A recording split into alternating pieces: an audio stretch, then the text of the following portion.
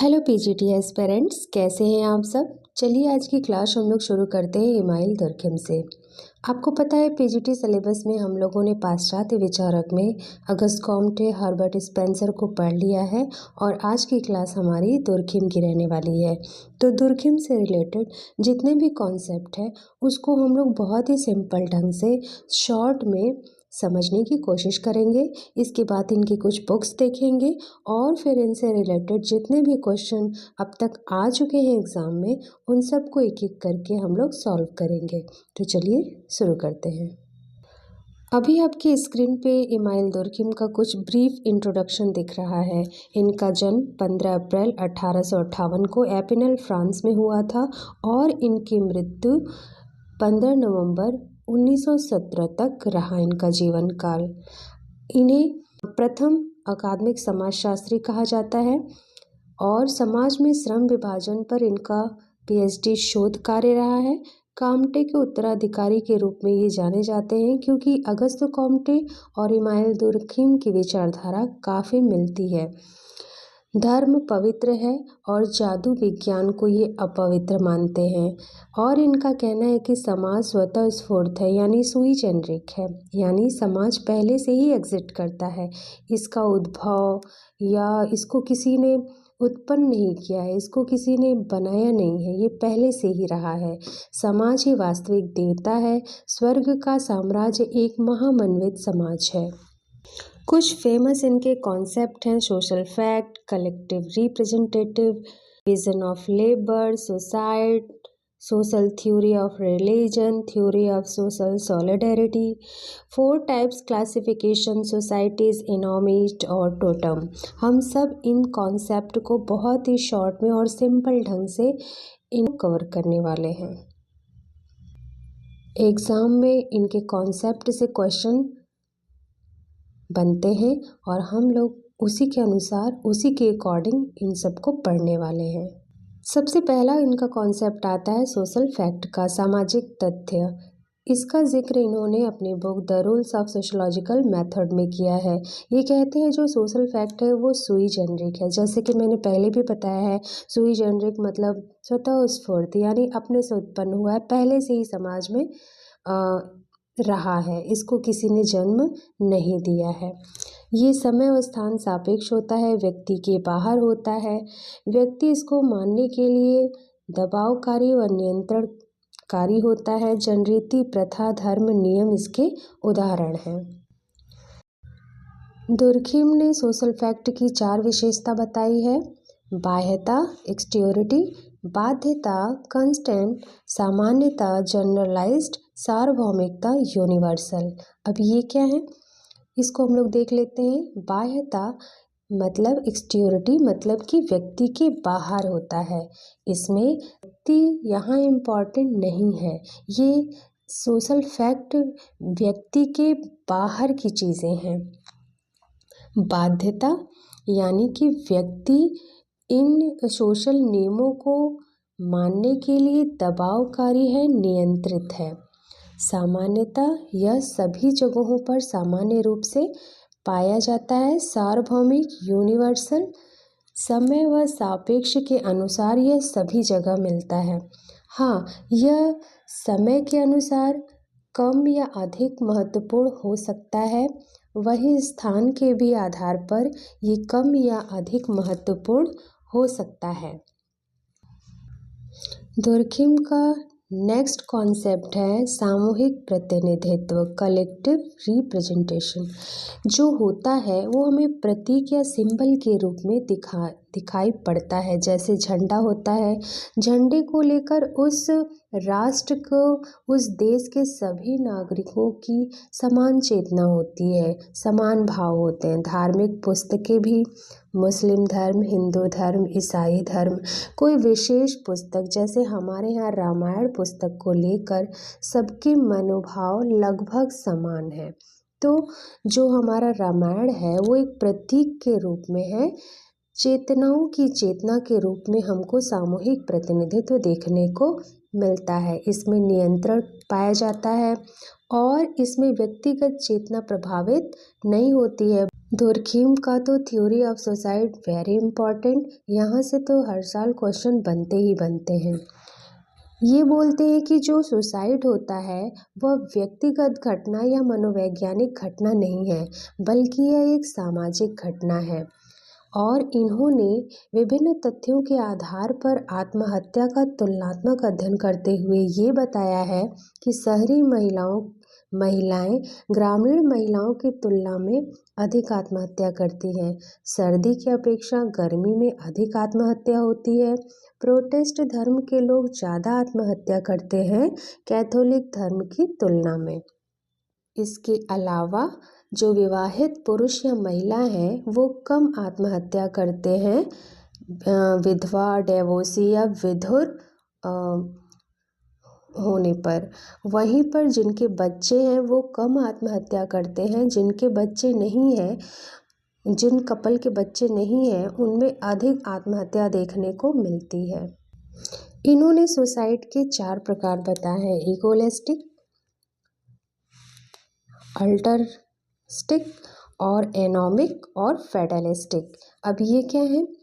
इन्होंने सुसाइड के 2 आधार पहले बताए हैं, इंटीग्रेशन और रेगुलेशन। इंटीग्रेशन के आधार पर इन्होंने बताया है, इंटीग्रेशन क्या होता है? इंटीग्रेशन मतलब होता है कि आप समाज से कितना जुड़े हैं, व्यक्ति समाज से कितना कनेक्टेड है, कितना इंटीग्रेटेड है। जैसे अगर लो इंटीग्रेशन होता है तो इक्वलिस्टिक सुसाइड होता है, इसमें व्यक्ति समाज से कम जुड़ा होता है, व्यक्ति अपने आप में रहता है, अलगाव की स्थिति होती है इसमें समाज से और समाज के लोगों से। तो इस तरह अकेलापन रहने पर या फिर सिचुएशन आ जाती है लाइफ में कि लगता है कि अब उसका इस दुनिया में कोई नहीं है, तो इस तरह की सिचुएशन के अकॉर्डिंग जो सुसाइड होते हैं उसे इगोइस्टिक कहते हैं। और अल्टरिस्टिक सुसाइड उसे कहते हैं जब हाई इंटीग्रेशन होता है, यानी कि हम समाज से बहुत ही ज़्यादा कनेक्टेड होते हैं और ये लगता है कि हमारा जो जीवन है वो सोसाइटी की तुलना में वो अपने आप को बहुत कमतर आंकते हैं। सोसाइटी के लिए वो अपनी जीवन लीला समाप्त कर लेते हैं, उसे परार्थवादी आत्महत्या कहते हैं। जैसे सती प्रथा, जौहर और सैनिकों का जो बॉर्डर पे अपने राष्ट्र की रक्षा करते हुए जान दे देते हैं। जैसे कि एक कैप्टन जहाज़ के साथ खुद भी डूब जाता है, सारी यात्रियों को बचाने का प्रयास करता है। और वहीं पर दूसरा आधार रेगुलेशन है। जब समाज के रेगुलेशन, नियम कायदे लो हो जाते हैं तो एनोमिक सुसाइड होता है। जब नियम पूरी तरह से भंग हो जाते हैं, व्यक्ति का जीवन जब सामान्यता से अलग हटकर जब उसकी लाइफ में या तो बहुत बड़ा खुशी आता है या बहुत बड़ा गम आता है, तो वो उसमें बैलेंस नहीं कर पाता, जिससे कि वो उससे प्रभावित होकर आत्महत्या करता है, तो इसको एनोमिक आत्महत्या सुसाइड कहते हैं। फैटलिस्टिक भाग्यवादी का सबसे अच्छा उदाहरण है स्लेवरी, जो दास प्रथा है। दास अपने आप को यह मानते हैं कि हमारे भाग्य में ही दास लिखा हुआ है और जीवन भर हम इससे नहीं निकल पाएंगे, तो वो अपने प्रॉब्लम्स में इतने घिर जाते हैं कि उन्हें लगता है कि उनका भाग्य ही खराब है और इससे प्रभावित होकर जब वो सुसाइड करते हैं तो ऐसी सुसाइड को भाग्यवादी या फैटलिस्टिक सुसाइड कहते हैं। नेक्स्ट द्यूरखीम का थ्योरी है सामाजिक एकता का सिद्धांत। इन्होंने the division of labour in society के फर्स्ट पार्ट में इसको बताया है। इन्होंने बताया है कि 2 तरह की सामाजिक एकता पाई जाती है, यांत्रिक एकता मैकेनिकल, दूसरा सावयवी एकता ऑर्गेनिक। यांत्रिक एकता क्या है? पूर्व औद्योगिक समाज है। जब हमारी इंडस्ट्रियल सोसाइटी आई थी उसके पहले जो भी समाज था, कृषि समाज, आदिम साम्यवादी समाज या जंगली समाज, कोई भी समाज था तो उसको हम लोग पूर्व औद्योगिक समाज कहते हैं, यानी मैकेनिकल यांत्रिक एकता का समाज कहते हैं। और जब हमारी इंडस्ट्रियल सोसाइटी आती है तो हम लोग उसको सावयवी एकता का समाज कहते हैं। इन दोनों में उन्होंने अंतर बताया है कि जो यांत्रिक एकता होता है उसमें समरूपता, होमोजेनिटी पाई जाती है, और जो सावयवी एकता होता है उसमें हेट्रोजेनिटी, विषमता पाई जाती है। यांत्रिक एकता में सामूहिक चेतना का विशेष महत्व होता है, वहीं सावयवी एकता वाले समाज में व्यक्तिगत चेतना को महत्व दिया जाता है। यांत्रिक एकता में रिप्रेसेसिव लॉ पाया जाता है, यानी दमनकारी कानून पाया जाता है। रिप्रेसिव यानी कह सकते हैं कि इसमें दंड को विशेष महत्व दिया जाता है। यदि किसी व्यक्ति से अपराध हो जाता है तो उसको कठोर से कठोर दंड देने पर ही ध्यान केंद्रित किया जाता है। वहीं प्रतिकारी कानून सावयवी एकता समाज का विशेषता है। रेस्टिट्यूटिव लॉ इसमें पाए जाते हैं, यानी कि इसमें यदि कोई व्यक्ति अपराध करता है तो उसमें सुधार करने की कोशिश किया जाता है ताकि वो भविष्य में विचलनकारी व्यवहार ना करे। यांत्रिक एकता वाले समाज में सामूहिक चेतना पर बल दिया जाता है, और सावयवी एकता वाले समाज में श्रम विभाजन और विशेषीकरण के द्वारा इसका क्लासिफिकेशन किया जाता है। यानी कि जो यांत्रिक एकता होता है वो आत्मनिर्भर होता है, और जो सावयवी एकता वाला समाज है वह उसमें विशेषीकरण और श्रम विभाजन पाया जाता है। सब एक दूसरे पर निर्भर होते हैं। और इन्होंने आगे बताया है कि जो यांत्रिक एकता वाले समाज हैं, समूह अपराध की भावना होती है। व्यक्ति जो कोई भी गलत कार्य करता है या उससे अपराध हो जाता है तो उसे लगता है कि उसने पूरे समाज का या समूह का अहित किया है। इसका प्रभाव पूरे समूह या समाज पर पड़ रहा है, और यहाँ पर जो व्यक्ति अपराध करता है वो व्यक्ति के विरुद्ध अपराध समझा जाता है। इसका उदाहरण जनमत, परंपरा, धर्म ये सारे हैं। इसमें इसका विशेष महत्व होता है यांत्रिक एकता सोसाइटी, और न्यूनतम महत्व इनका सावयवी एकता में, ऑर्गेनिक सोसाइटी में पाया जाता है या सॉलिडेरिटी में पाया जाता है। तो इन दोनों आधारों पर दुर्खिम ने इनमें अंतर करने का प्रयास किया है। अब इसी के आधार पर इन्होंने अगला कॉन्सेप्ट दिया है डिवीज़न ऑफ लेबर के सेकंड पार्ट में। इन्होंने बताया है, ये एडम स्मिथ और प्लेटो दोनों से प्रभावित थे। इन्होंने कहा है कि जो श्रम विभाजन है वही सावयवी एकता को बनाए रखता है।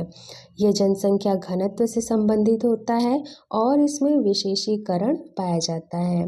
डिवीज़न ऑफ लेबर यांत्रिक एकता में नहीं बल्कि सावयवी एकता वाले समाज में विशेष रूप से पाया जाता है।